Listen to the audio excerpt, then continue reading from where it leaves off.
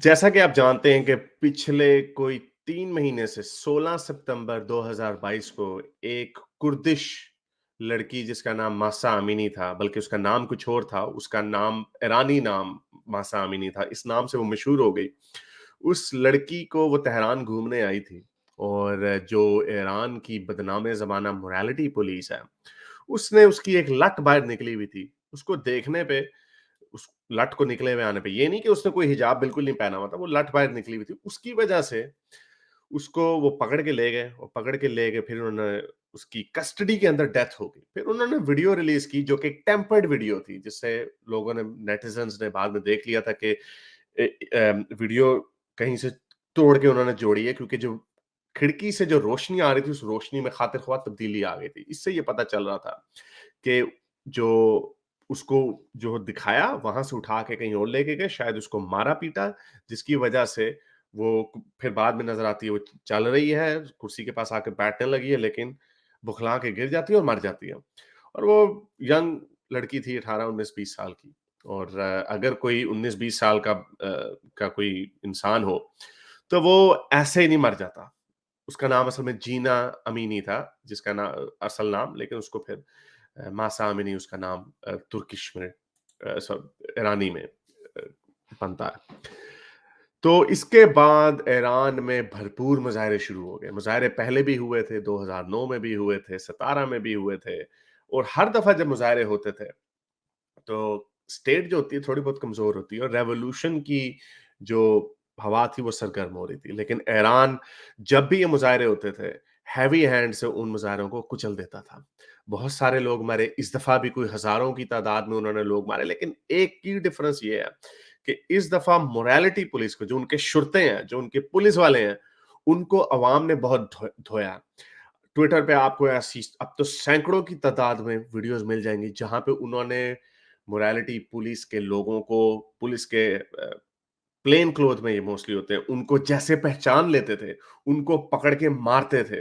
लोग, आम आवाम उनको पकड़ के मारते थे और बहुत सारों की मौत भी वाक़या हुई। ज़ाहिर-सी बात है, आम आवाम निहत्थी होती है, इसलिए उनकी मौत ज़्यादा होती है, लेकिन आम आवाम के पास जज़्बा होता है, आम आवाम के पास ज़्यादा लोग होते हैं। तो ये पहली दफ़ा ऐसे हुआ है ईरान की इस 43 साला तारीख में कि हुकूमत को अवाम के प्रेशर में आके फैसला लेना पड़ा। और अभी 2 घंटे पहले की खबर है, जो कि अब डीडब्ल्यू, अल जज़ीरा, बीबीसी सब ने इसको कवर कर दिया है। इसमें कुछ तब्दीलियाँ हो सकती हैं जो कि हमें अभी इस वक़्त नहीं पता, लेकिन अटॉर्नी जनरल ने, ईरान के अटॉर्नी जनरल ने इस चीज़ का ऐलान कर दिया है कि अब उन्होंने इखलाकी पुलिस, मोरालिटी पुलिस को उन्होंने डिसबैंड कर दिया, यानी उन्होंने ख़त्म कर दिया। अभी आधा घंटा पहले मेरी आरबिन नवाबी से बात हो रही थी, जो कि बड़ी गहरी नज़र रखते हैं इसके ऊपर, ईरान के इश्यू के ऊपर, क्योंकि वो ईरानी नसात के हैं। तो वो भी ये कह रहे थे कि ये बैकफायर होगा इतना ज़्यादा, क्योंकि ये पहली दफ़ा किसी ने, ईरान ने एक बैक स्टेप लिया। हुकूमतें बैक स्टेप नहीं लेती होती, स्पेशली जो टोटलिटेरियन, अथॉरिटेरियन किस्म की, ऑटोक्रेटिक किस्म की गवर्नमेंट्स होती हैं।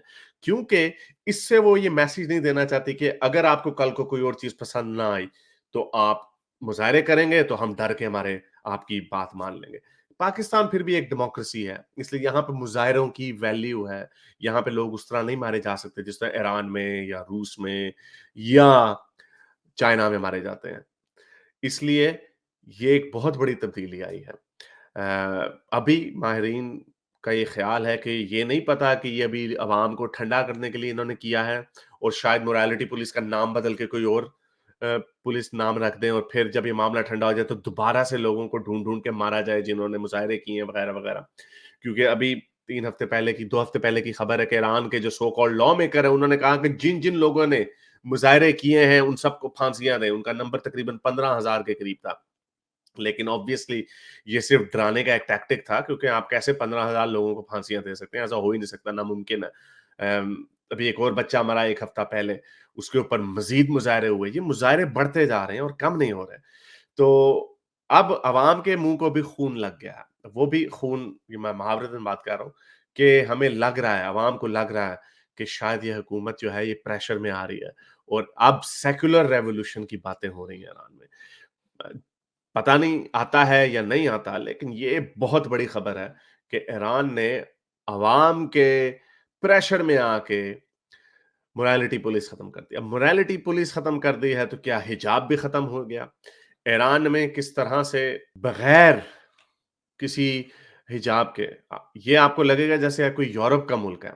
ये वो जगह है तेहरान जहाँ पर बहुत सारे अ, इखलाकी पुलिस के प्लेन क्लोथ लोग जो थे वो घुमा करते थे और लोगों को डंडे मारते थे। मासा अमीनी को उन्होंने इसी तरह डंडे मार के उस बेचारी को मारा और इस तरह की हज़ारों लड़कियों को पकड़-पकड़ के वो मारते थे। लेकिन अब वहाँ पे खुले बाल लेके लोग लड़कियाँ, औरतें, ख़वातीन घूम रही हैं और जो वो कहा जाता है कि अगर कोई लॉ आप बनाते हैं तो उस लॉ को एनफोर्स करने की भी आपके अंदर ताकत हो। लेकिन अब उनके इस लॉ को एनफोर्स करने की इनके पास ताकत नहीं है। यही वजह है कि अब उनको ये डिसबैंड करनी पड़ी है मोरालिटी पुलिस और इसका सारा क्रेडिट ईरान के बहादुर लोगों को जाता है और ये मैं बहुत अरसे पहले से कहता चला आ रहा था कि ईरान और सऊदी अरब के लोगों को इस मज़हब से नफ़रत होती जा रही है क्योंकि उनके गले के नीचे मज़हब उतारा गया। पाकिस्तान में उल्टा केस है। पाकिस्तान में लोगों के गलों में मज़हब नहीं उतारा गया।